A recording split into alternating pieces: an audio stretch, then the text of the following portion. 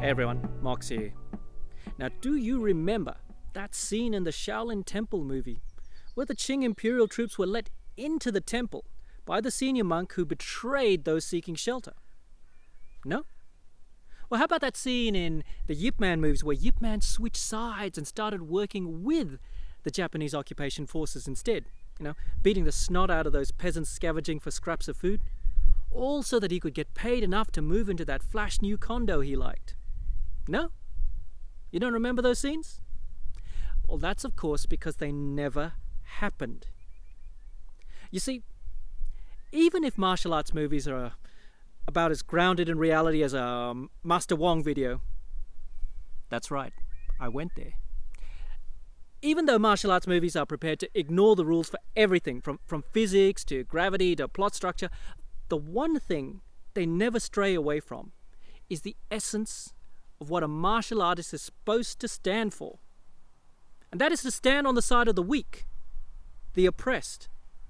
They never punch down. That is, they never fight unless they have to. They never hurt anyone who poses no threat. They're always there to lend a hand, not to strike out at those weaker and less capable of defending themselves. Even if the cause may seem hopeless, even if the odds are overwhelming, they put it all on the line to stand with, to stand for those that are fighting for their survival, for equality, for justice, for their children, for all that against those with wealth and power.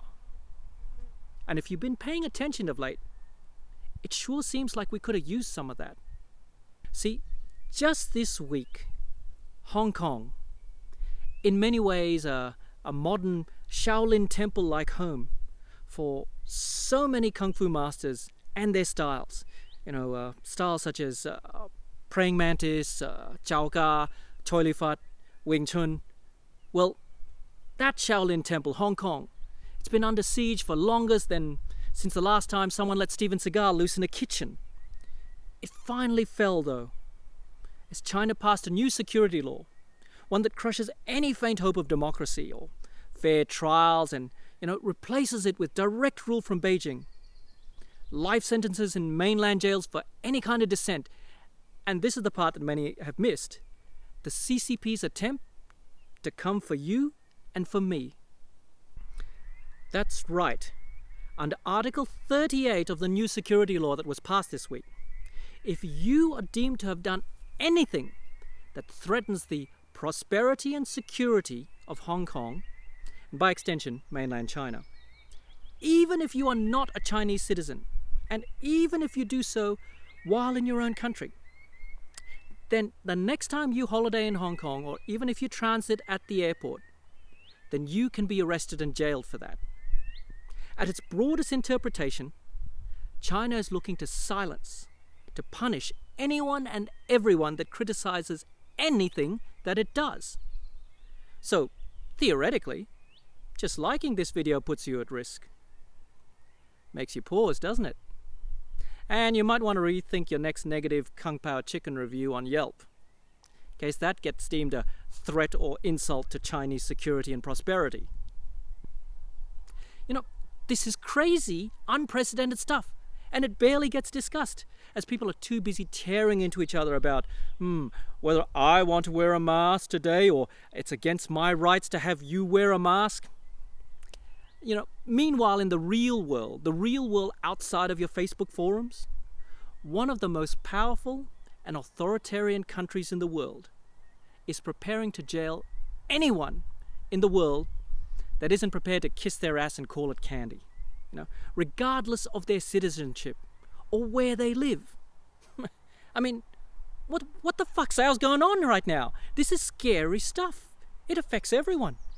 Is anyone prepared to stand against this? Where are our martial arts heroes? Heroes and champions of the people? Well, let's start with those that make a living playing martial arts heroes, shall we? Well, there's no luck there, I'm afraid. Now, despite their numerous on-screen roles as champions of the poor and the oppressed, well, we had the likes of Jackie Chan and Donnie Yen cheering on the oppressors here in real life, celebrating the loss of democratic rights for ordinary people with their tweets about how great it was to see Hong Kong return to the motherland. Which is probably easy to do if, like them, you also hold passports to fatherland and sisterland and low-tax land, as well as multiple houses and assets stashed there. Perhaps I'd be more understanding of their views if they put all their eggs and all their assets directly under Chinese Communist Party control. Then we can talk more about how great it is to be under the motherland. Otherwise, as ABBA used to sing, if they change their mind, honey, they'll be first in line. First in line and first class on a plane out of there. Too bad for the millions that don't have that luxury or luxury homes overseas to flee to. But so be it, you know. Movie stars are, first and foremost, entertainers. They don't set out to be moral champions, so perhaps it's not fair to hold them to a higher standard, and frankly, I don't. I don't idolize celebrities. But sadly, I've seen this same script, you know, the one from Celebrities, play out amongst those close to me. My own close friends. See, 30 years ago, my friends and I, we organised and led protest movements across Australia as pro-democracy protesters in Tiananmen Square were viciously massacred. We fought for new laws that allowed thousands of students to flee from that violence and seek asylum in Australia. But fast forward to now.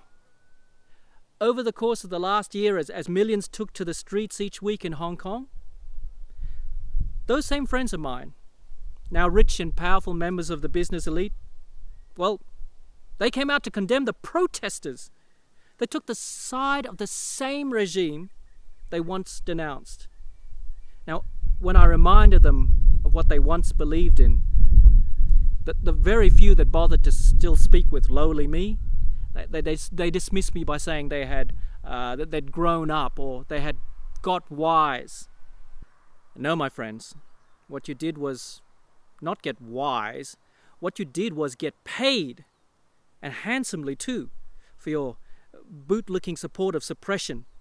I mean, in fights this one-sided, when you have the full power of the Chinese state with the largest standing army in the world, men with guns and tanks that have actually been used to drive over unarmed protesters in their own capital city, and you decide to back that side over students and ordinary people calling for their rights and for a better future?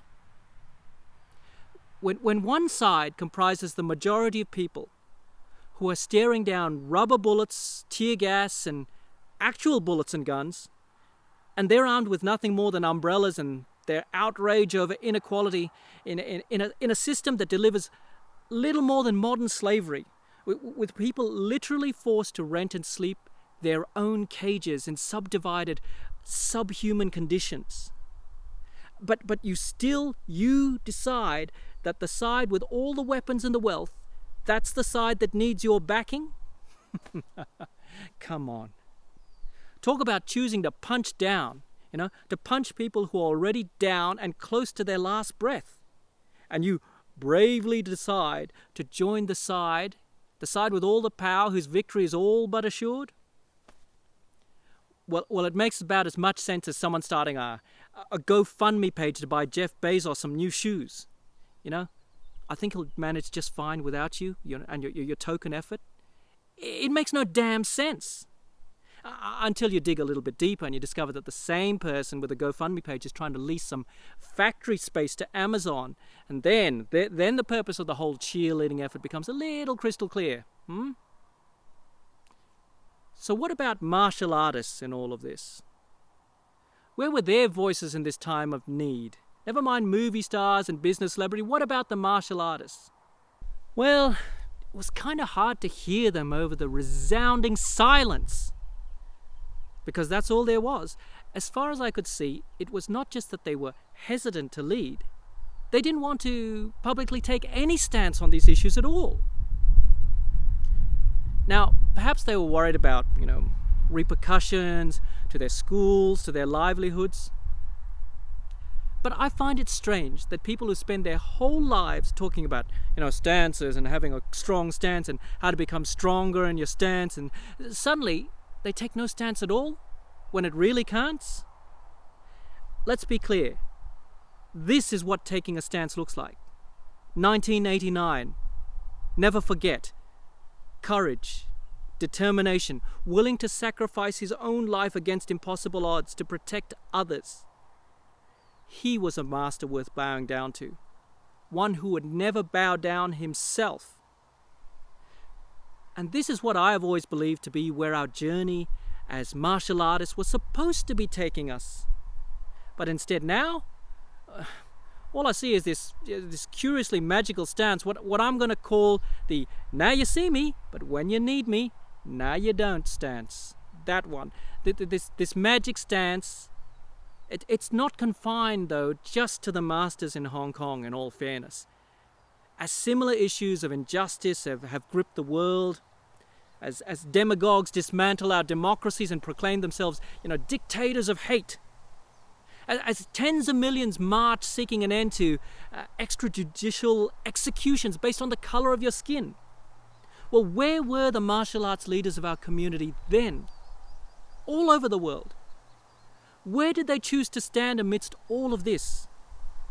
Again, it seemed to me like just a whole heap of, now you see me, but when you need me, now you don't.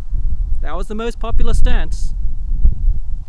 Now, perhaps masters might say, hey man, I keep my martial arts and teaching away from politics. I keep it strictly for the streets. Oh, so it's a question of size then, is it? You can focus on street level issues, but not the state level issues? So if these issues are too big for you, or they're too difficult for you to take a stand, well, what issues are a more appropriate size for you and your stance then? I don't know, the use of sans serif fonts in newspaper mastheads, soft serve yogurts taking over your favorite ice cream shop? That about the size right for you?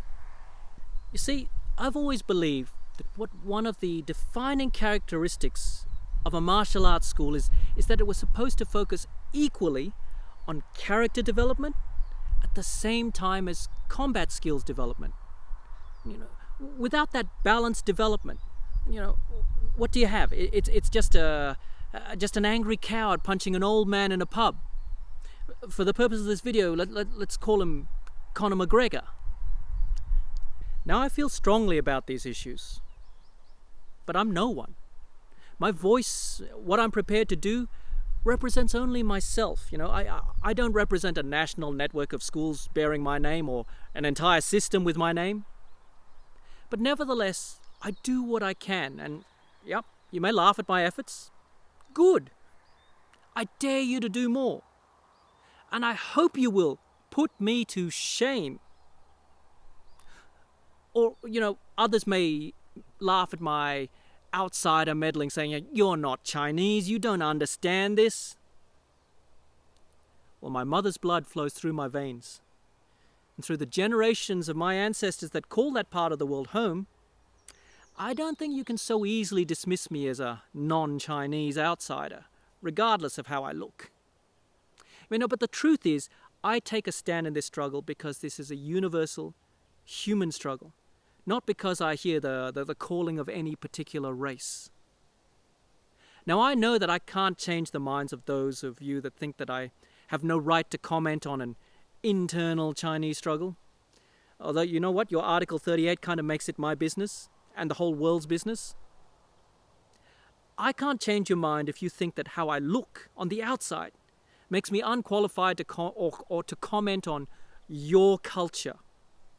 But even if you're right, let's just say you're right. If you think your cultural identity requires you to call for inequality and the suppression of other people's rights, then shame on you.